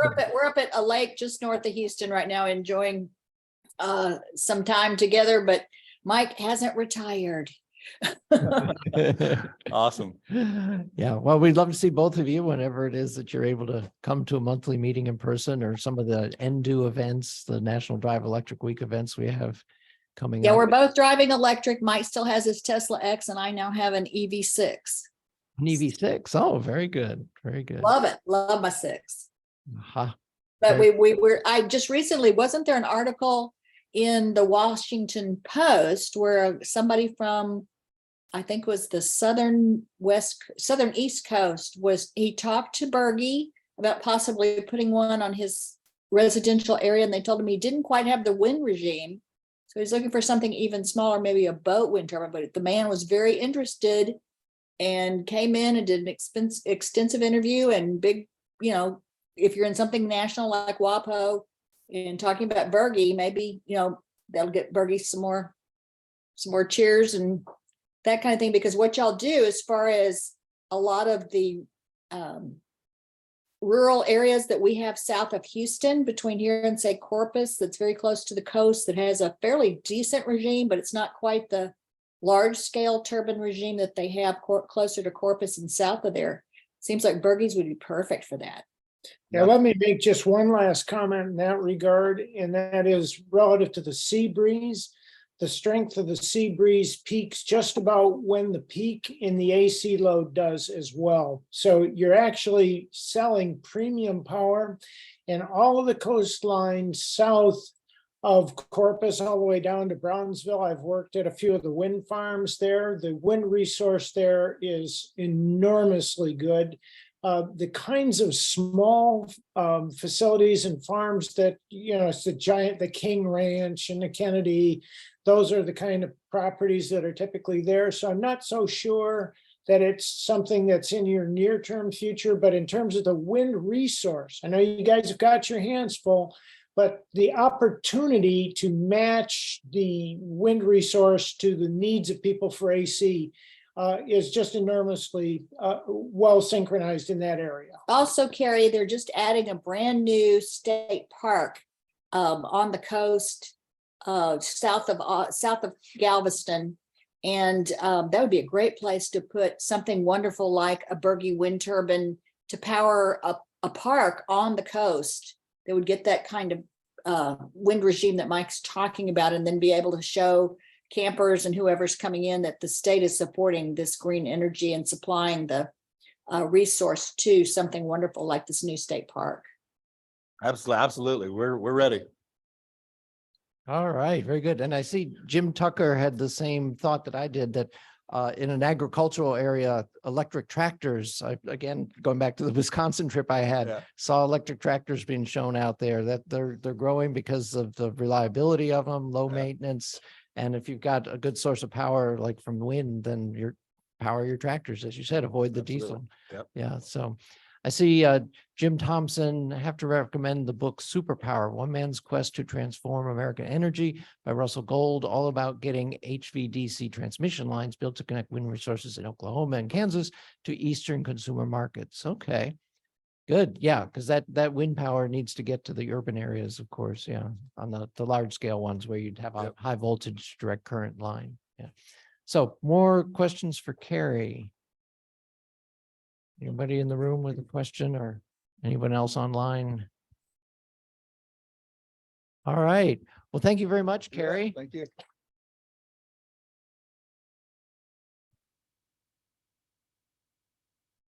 This was sure educational and a lot of fun too. Yep. Okay. So our next speaker is Mark Sullivan. He's an electrical design engineer, microcontrollers, and all sorts of interesting stuff. I have a container out in the back, and I have 18 panels on the roof, and I charge my electric vehicle at 15 amps, 3,600 watts. And I asked Mark, and I might mention the high percentage of the cost of this system, 18 panels, battery, inverter, charger, is the cost of the battery. Like 80%, 75% of the cost of the system is a nice lithium battery. So I asked Mark, it'd be nice if you could not have to purchase a large battery. I asked Mark, could you develop something, and I'll show you here in a moment, that just charges an EV, and my needs for charging are kind of small. Just charge the EV when the solar is present, and I'll turn it over to Mark now. And anybody would like an electrical schematic, I have some. And it'll do you no good at all, but. Bill, is that it? So Yes. the second I thought you were going to introduce the project, Bill, but anyway. Okay, so the second chapter of this is, then we went over to Kevin's house. And he said, that's the same problem I have. I want to charge my car when my grid tie system is exporting power and not charge it when I'm importing power.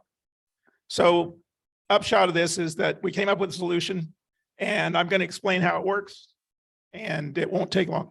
So you probably have seen a million versions of this diagram being who you are. Somewhere you've got an electrical outlet with an EVSE plugged into it, charging a car, right? This is Kevin's house. He's got solar panels feeding into a grid tie inverter. It's tied to the grid. It's feeding the house. And then somewhere there's a big battery. So the challenge was figure out how to vary the amount of power that's going into the car. So we're going to take a little detour here. Does everyone here, you probably already know this, so I'm going to find out. You know how the J1772 protocol regulates the power that the charge uses? No. Okay.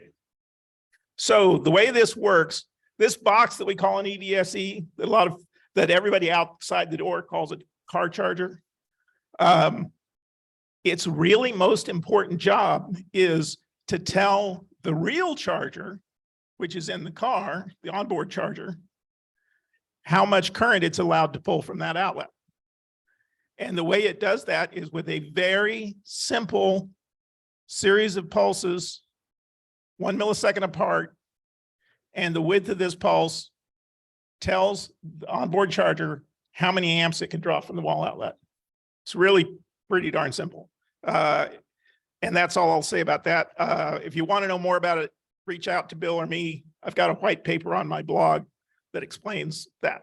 Anyway, so I said, here's what we're going to do. Actually, we went through several iterations. Is there an eraser? Oh, there it is. We went through several iterations, so don't think that we were this clever out of the gate. So what we ended up with is there's this signal going back and forth between the car and the charger, right? As I mentioned, the main purpose of it is for the charger or the EVSE to tell the charger how much current it can have. And then the onboard charger tells the EVSE things like the idiots drove the car off, turn off the power. So I said, what we're going to do is we're going to put a box in here. And this box, we're going to cut this is the CP wire, if you know these things, control pilot. We're going to cut the control pilot. We're going to insert a box, and it's going to look to the EVSE like a car. See, that's a car. And it's going to look to the car like an EVSE. And it's going to intervene in this transaction. So all we have to do to regulate the current going to the car is tell the onboard charger how many amps it's allowed to draw. We can say no amps, 1 amp, 16 amps, up to whatever this thing says, right? So say this is a typical 16 amp charger.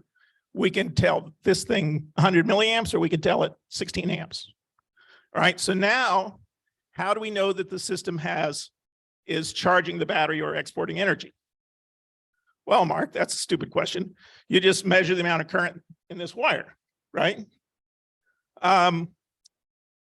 There's an easier way to do that, because then it occurred to me that there should really be 2 wires here, plus and minus, right? It occurred to me that every wire has a little bit of resistance. So what we ended up doing is you measure the voltage on the inverter end of the battery wire relative to the battery end of the battery wire. This is going to be a voltmeter. And I need to tell you because otherwise you'll never recognize it. All right, there. So we measure that voltage. We don't even care what the voltage is. We care about the sign of the voltage.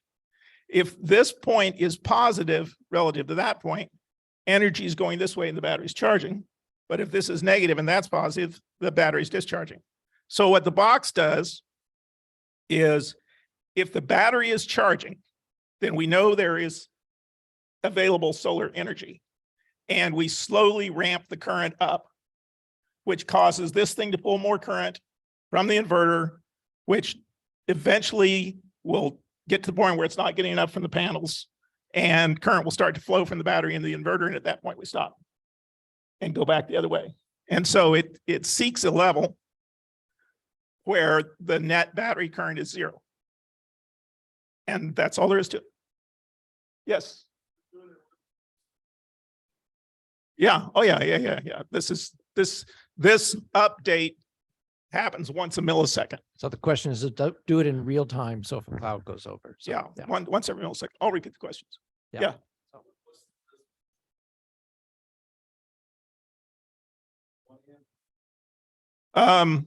What's the It's not, resolution? it's theoretically infinite. It's going to depend on the charger manufacturer. The signal, which is specified by the J1772 standard, is a variable pulse width, and it's not quantized. So it could be 96.23%.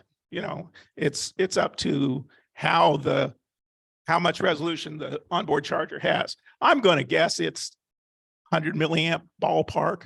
It's also not linear. There's kind of a piecewise linear relationship between pulse width and current. So they have relatively high resolution from about 6 amps to 16 amps, and then very low resolution from 16 amps to 80 amps, and then the standard runs out. Oh, I never knew that part of it. Good. Read my blog, and you'll know more than you want to know about it. Okay, well, yeah, Yeah. we'll want to put a reference to your blog on our site so folks. Well, can here. see it. Aha, he's going to write it now. Okay. I can't write. Never mind. I honestly just can't write. I've been typing for 50 years and it's over. I can't write, but Well, I'll get it to you. perfect. Yeah, and it'll be available. Yeah, Kevin.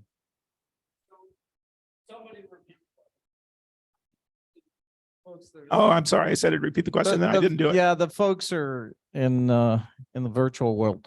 So Mark, you got everything about my house correct, except I don't have a stationary battery yet. But I want to use my EV as my stationary battery. Yeah. As opposed to using a stationary battery that's always stationary. So there are two answers to that. One is we just drill a little hole in the car so we can access this wire. The other is you could charge it with DC and you could do this exact same trick. And the third is maybe it'll be a little more complicated with yours. We won't get to use this cute trick. I mean, this turned into a $30 solution for this problem, which, you know, we couldn't take any more out, as somebody said earlier. Right. Yeah. Simple and low Yeah. cost is good. Eric. Why not put a CT on the AC side going to the grid? So when the direction of the current goes backwards, then you know that you need to reverse. Well, there are about 3 reasons for that. Kevin's grid-tied house has a 240 volt inverter. It doesn't form a neutral. Kevin's neutral is formed by the pole transformer. So he'd have to put in an auto transformer, which he could do. Second problem is that these grid-tied inverters, the way they respond to more insulation is they push more current into the grid. And so if this thing runs, the reason that you can't island it is because it'll crank the voltage up to like 260 volts or something before it gives up. But the third reason, which was my reason, is because if you want to do that, you can't just put a CT on there. You can't measure direction of energy flow with a CT. You have to have a CT and multiply by the voltage, right? Because it's AC, it's going both ways. So that's fine. You can clamp a CT on there, but you also have to connect something to the 240 volt utility lines. And I wanted a solution that did not require somebody to take the cover off the panel. Okay. And I see that Randy online has a question. Does the continuous fluctuations in charging amps to the car cause extra wear and tear on the car charger or EVSE? No. First of all, the EVSE is already subject to the whims of the car charger. It sets a maximum, right? Okay. And then it closes a relay and the AC goes through that relay and into the car charger. From what I know about these chargers, no, they don't care. The lower power you run them at, the happier they are. probably their efficiency starts to drop off when the current gets down around 10% of their rated capacity, but it's certainly not in any way damaging to them. All right. Okay. So Kevin. Good question. Point of reference, the Tesla will only let you go down to 6 amps. You can vary the amount that you can tell the charger how much it can take, and it only goes down to 6 amps. The wall box that I have only goes down to 6 amps. And Okay, well, I can't help that Elon doesn't use CCS1. But it doesn't matter what, if you did have a CCS1 vehicle, it doesn't matter what the wall box does because it doesn't even know we're doing any of this. The wall box is putting out a constant signal. It's constantly saying, you can have 16 amps, you can have 16 amps. We are sneaking in and cutting the wire and saying to the car, you can have 5 amps, you can have 6 amps, you can have 3 amps, you can have 1 amp. This guy, if it's even measuring the current, which most of them aren't, other than like a circuit breaker, then it won't even notice that this is going on, right? And it certainly doesn't have to be modulated. This was, like I said, this went through a lot of iterations. Kind of the first question was, how do we trick the EVSE into modulating its power? You know, and it turns out, don't bother. I got to tell you guys in the room, this is a really good solution for very low money. The wall box with the meter that I purchased was, you know, $600. Well, I got him a better deal than that. $450 for the wall box Pulsar Plus and $180 for the meter. Yeah. So this is I mean, it doesn't do absolutely everything, and it isn't Bluetooth connected to the Chinese hackers that want to take over your house. There you go. But Yeah, for the money, I mean, that's actually the thing that I care about, is that it is a very minimal solution to this problem that Bill came up with. And, you know, over a period of weeks, it started out being, we're going to take the EVSE apart and figure out how it does this and change it. And then pretty soon we were measuring current going to the battery. And then one day I'm like, we don't even need to know what it is. You know, we just need the sign. Sure. All right. So what Bill's got in his hand is a DIN rail that's out of the, I think this is actually the first prototype that the circuit board's been done over, but the little circuit board on there implements this, and it's also got some bells and whistles, got a little display and a relay just in case we wanted to turn something on and off, which we didn't end up using. I'll just, before I pass it, Mark explained to me that the voltage is between the inverter and the battery comes in right here. Yeah, the control pilot voltage, which And is the 12 control volts. Pilot from the EVSE comes in here, and the one going to the car. They're labeled on there. They're labeled. They're little here. white writing on there. Not, I mean, it's Oh, it's for them. it's They just a can little see it? circuit board. It's okay. Yeah. Yeah. Oh, there's one over on my desk. You're I'll welcome go to have a ahead. schematic. Bill was up for passing something out, and I said, well, how about a schematic? So that's what we brought. All right.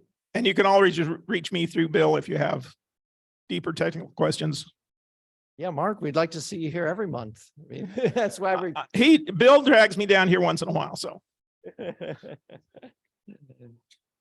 that's good. Yeah. So.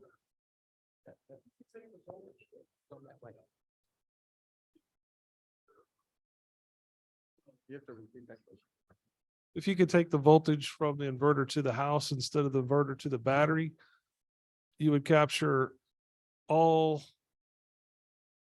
systems that are grid tied and not battery backed up.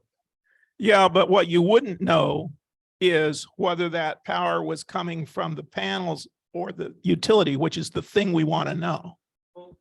In reality, the inverter goes to the house and then the house goes to the grid. So Well, okay. I mean, it depends on where you draw this line, right? correct. And yes, you're right. We could measure the power flow here or in that junction or whatever. But as I explained, that takes a current transformer, that takes 240-volt wiring.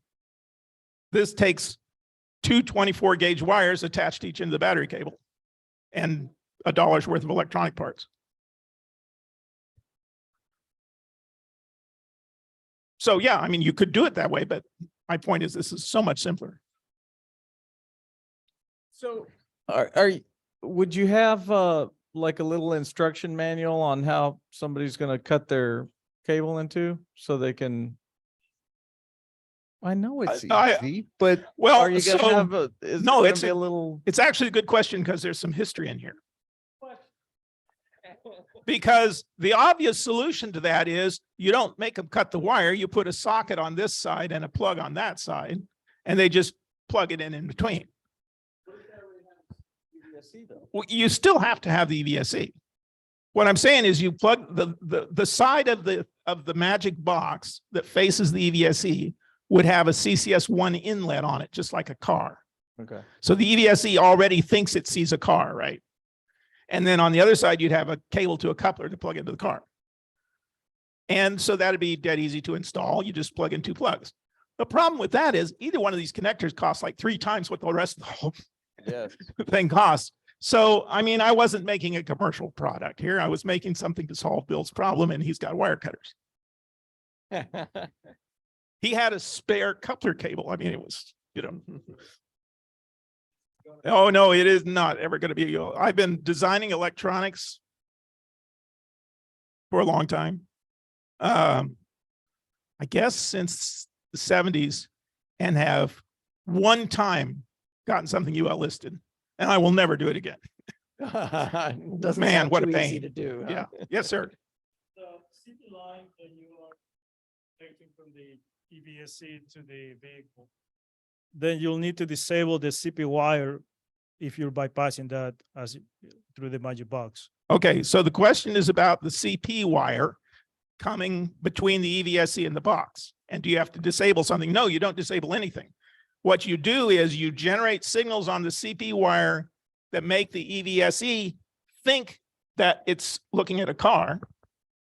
And you generate signals on the other piece of wire that makes the car think it's talking to an EVSE. Yes, there are 2 separate wires. Yes, they're 2 separate wires. That's why we keep saying cut. Because you take this.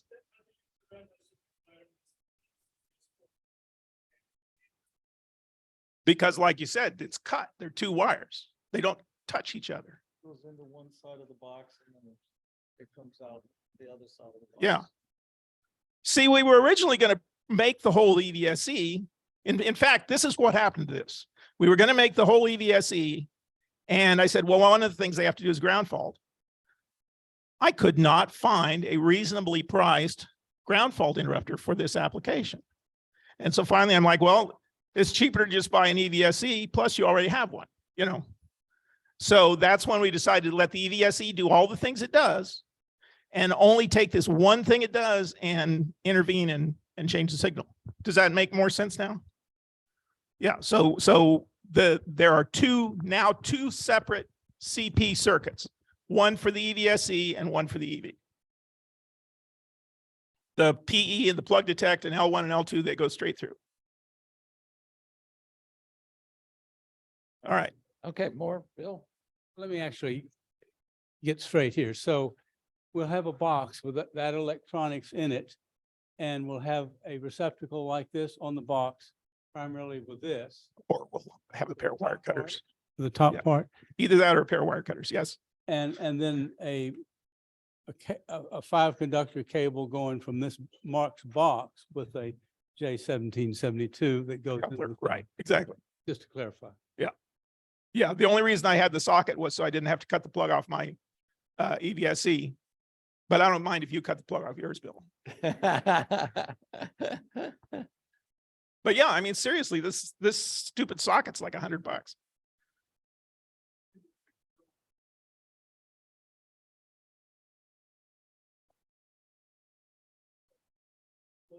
Yeah, sure. You can't really run a manufacturing business like that.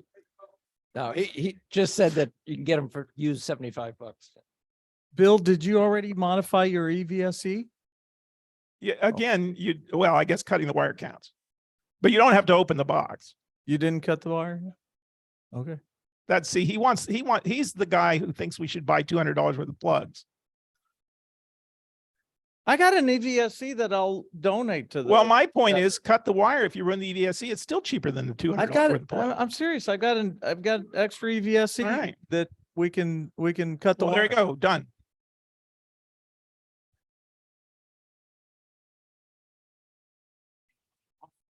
I wasn't going for current modulation, just cutting, charging on and off. Well, it's even easier to cut it on and off. Just open and close the wire with a relay. I mean, well, I used whatever I had on hand and I put it in my EVSE and it works fine. Just for, it's like a couple opto couplers and like a BJT and some weird nonsense. But I mean, it's just 12 volt.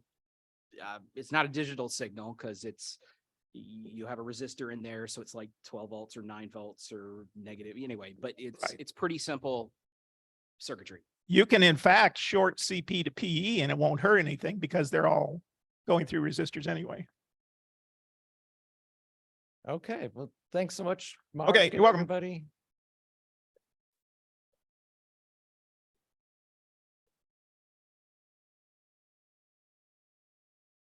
Okay, so for folks who joined us a little bit late, you can watch the recording and hear about the upcoming events later. If you don't catch that recording before Saturday morning at 10 at the 1940 Air Terminal, if you want to go check that out before we go there with our cars in September. So if there aren't any other questions, thanks everybody for being out here. I don't know if I'm on camera or not, but everybody in the room. All right, thanks. Bye-bye.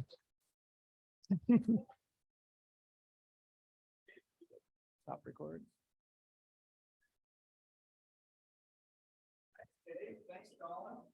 Yeah, thanks, Colin. Good, good, good.